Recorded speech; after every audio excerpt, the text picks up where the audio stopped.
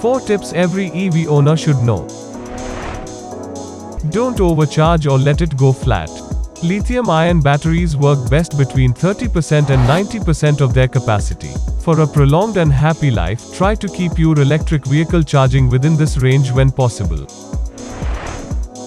Heat is not your car's friend. Hot weather, especially charging in hot weather, can be detrimental to your battery life. So where possible, keep the battery cool and charge undercover and out of direct sunlight.